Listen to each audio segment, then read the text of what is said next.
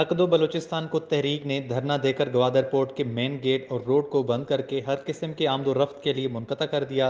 धरने में हजारों अफराद शरीक हुए। मौलाना हिदायतुर रहमान का कहना है कि जब तक बलूचिस्तान के समंदरी हदूद में गैर कानूनी माहीगिरी बंद नहीं होगा, धरना जारी रहेगा। हकदो बलूचिस्तान को तहरीक के सरबराह मौलाना हिदायतुर रहमान की क़यादत में हजारों माहीगीर और सिविल सोसाइटी ने गवादर पोर्ट के मेन गेट और रोड को धरना देकर बंद कर दिया।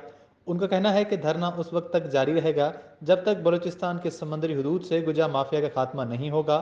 उन्होंने कहा कि समंदर हमारी माँ है और हम समंदर से ही अपना रोजी रोटी तलाश करते हैं, लिहाजा समंदरी हयात की नस्ल कुशी और समंदर को ताराज करने की किसी भी तरह इजाज़त नहीं देंगे। उनका कहना था कि हुकूमत और जिम्मेदार इदारे ट्रॉलर माफिया के सामने बेबस हैं, लेकिन हम अपनी जिद्दी और पुश्ती जरखे समंदर को तबाह होने और अपने मुआशी कत्ल होने की किसी तरह इजाज़त नहीं देंगे और इसके लिए अपनी जान की बाजी लगाने के लिए तैयार हैं।